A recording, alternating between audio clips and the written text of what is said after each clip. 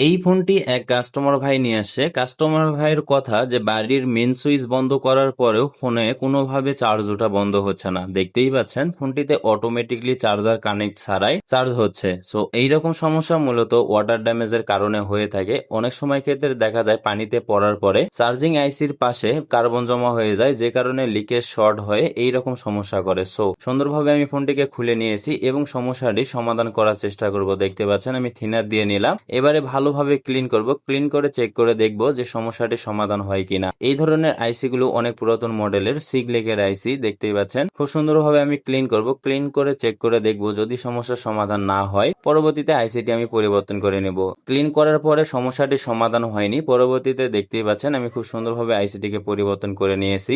এবারে ফোনটিকে ঠিক আগের মতো করে ফিটিং করব। ফিটিং করে চেক করে দেখব আগে যে সমস্যাটি ছিল ব্যাটারি লাগানোর পরে চার্জ হতো, এই সমস্যাটি সমাধান হয়েছে কিনা। এন্ড আপনারা দেখতেই পাচ্ছেন আগের যে সমস্যাটি ছিল এই সমস্যাটি সমাধান হয়ে গেছে এবং ফোনটিতে খুব সুন্দরভাবে চার্জ হচ্ছে। সো ভিডিওটি ভালো লাগলে অবশ্যই চ্যানেলটিকে সাবস্ক্রাইব করে ভিডিওটিকে শেয়ার করে দিবেন। ধন্যবাদ।